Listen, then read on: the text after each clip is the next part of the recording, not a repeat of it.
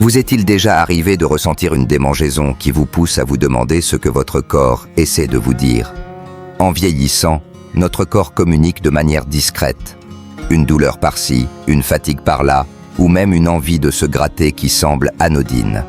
La plupart d'entre nous balaient ces démangeaisons d'un revers de main, pensant à une peau sèche ou une irritation passagère. Mais la vérité, c'est que l'endroit où cette démangeaison apparaît peut en dire bien plus qu'on ne le croit. En fait, certaines zones de démangeaison persistantes chez les seniors sont liées à des problèmes de santé sous-jacents, parfois graves, qui peuvent raccourcir votre vie sans que vous vous en rendiez compte.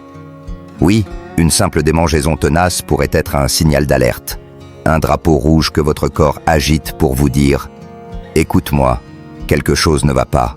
Aujourd'hui, je vais vous parler de 4 zones spécifiques du corps où les démangeaisons chez les personnes de plus de 70 ans peuvent révéler des soucis de santé profonds.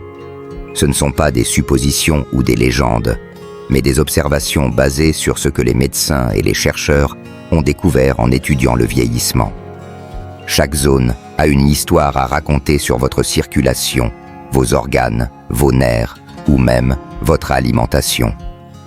Restez jusqu'à la fin, car en comprenant ces signaux, vous saurez quoi faire pour prendre les devants et protéger votre santé.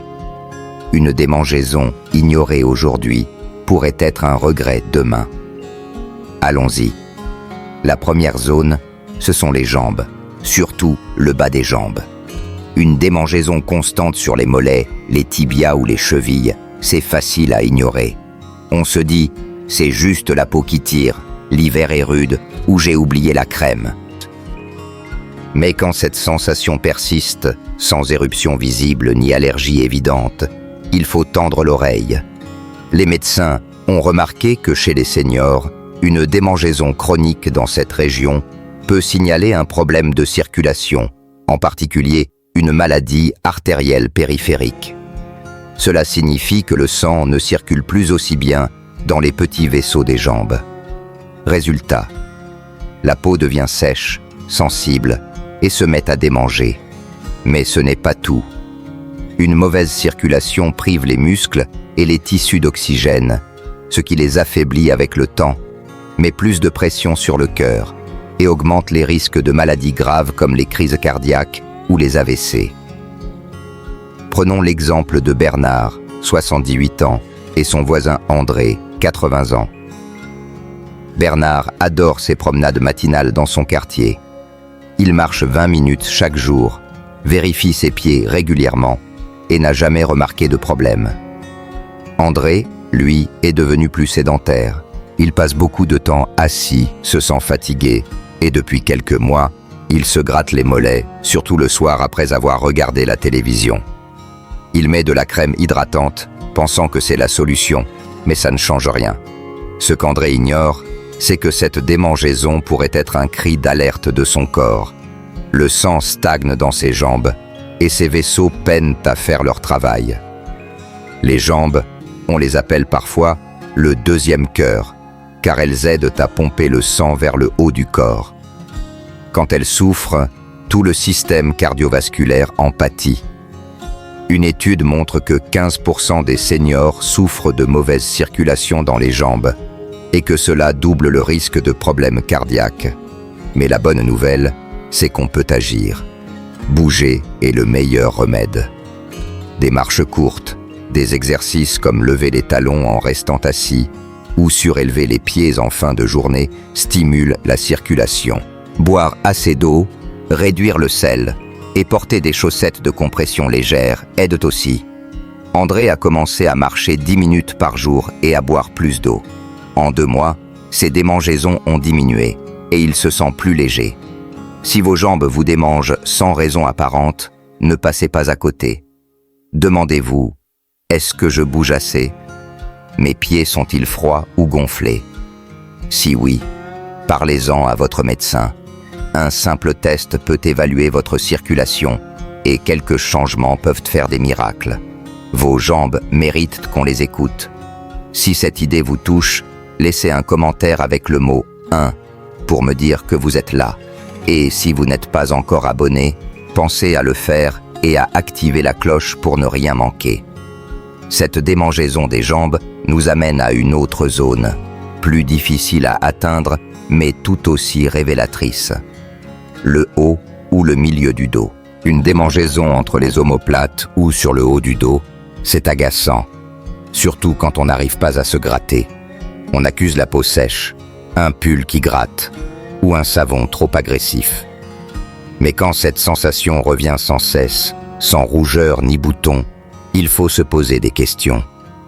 Les médecins savent que chez les seniors, une démangeaison persistante dans cette zone peut signaler un problème avec le foie ou les reins, deux organes essentiels qui filtrent les toxines et maintiennent l'équilibre du corps. Quand ces organes sont en difficulté, les déchets s'accumulent dans le sang, irritant la peau, surtout là où les terminaisons nerveuses sont nombreuses, comme dans le dos. Prenons l'exemple de Colette, 75 ans, et sa sœur jumelle, Anne. Colette va chez son médecin tous les ans, boit beaucoup d'eau et mange équilibré. Sa peau est en bonne santé et elle dort bien. Anne, elle, se sent plus fatiguée ces temps-ci. Elle remarque un peu de gonflement aux chevilles, dort mal et se gratte le dos, surtout la nuit. Elle a changé de lessive, mis plus de crème, mais rien n'y fait. Ce qu'Anne ne sait pas, c'est que cette démangeaison pourrait indiquer que ses reins ou son foie peinent à éliminer les toxines.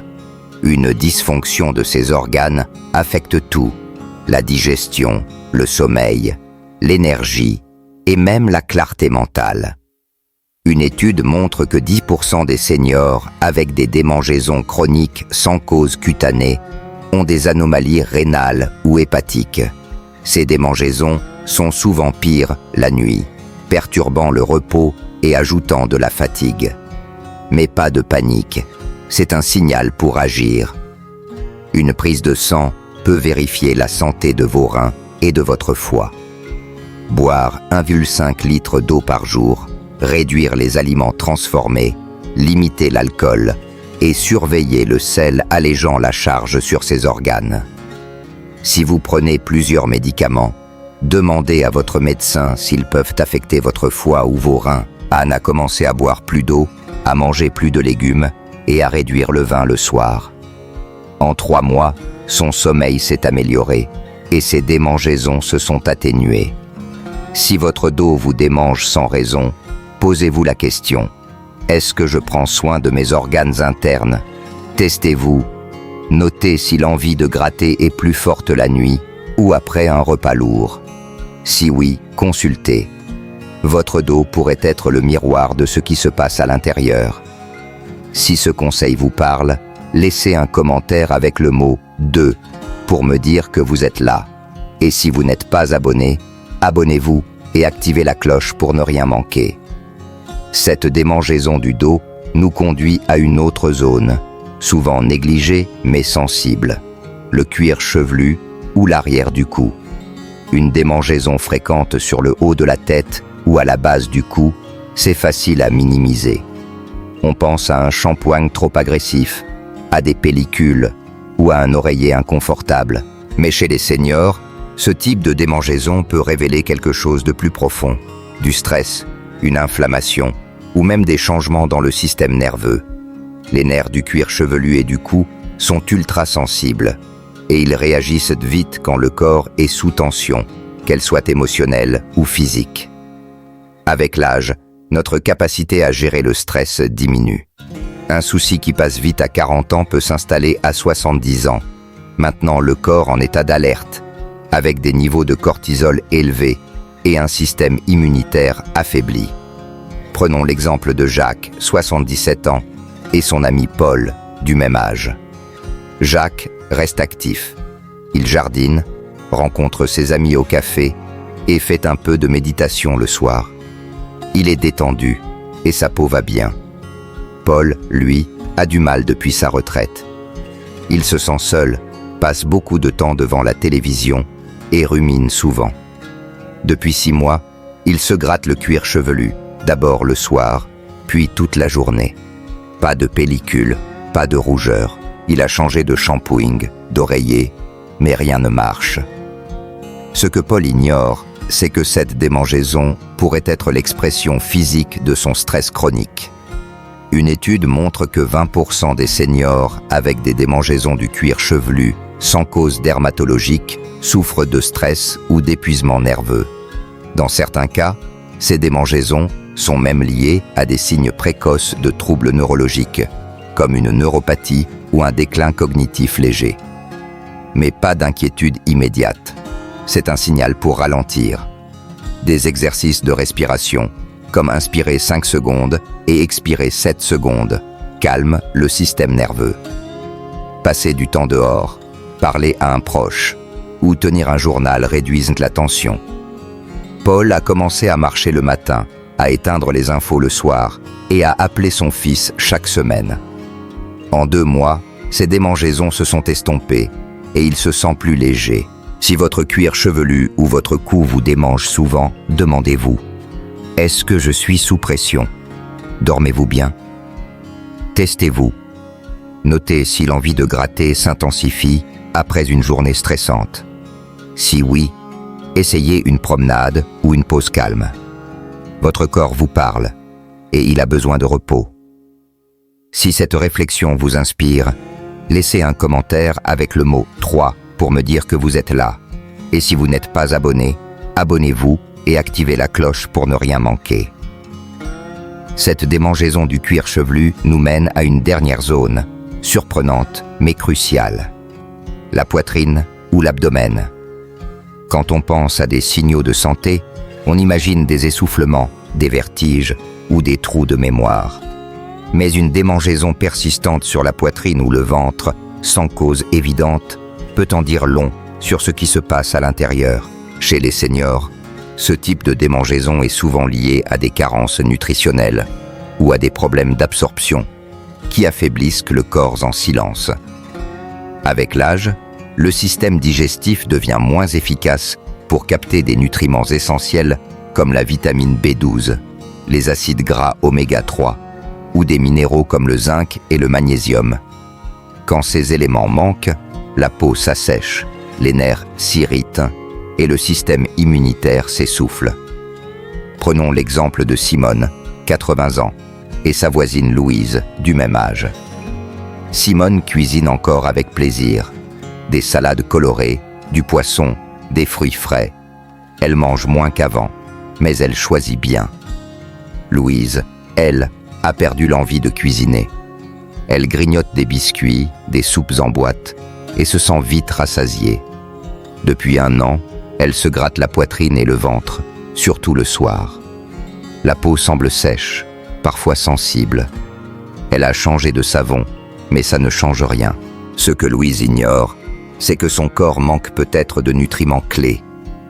Une carence en B12 ou en zinc peut irriter la peau, mais aussi affaiblir les muscles, l'énergie et la mémoire. Une étude montre que 30% des seniors ont des carences nutritionnelles, même sans perte de poids, et que cela augmente les risques d'infection et de fatigue chronique. Mais c'est réparable.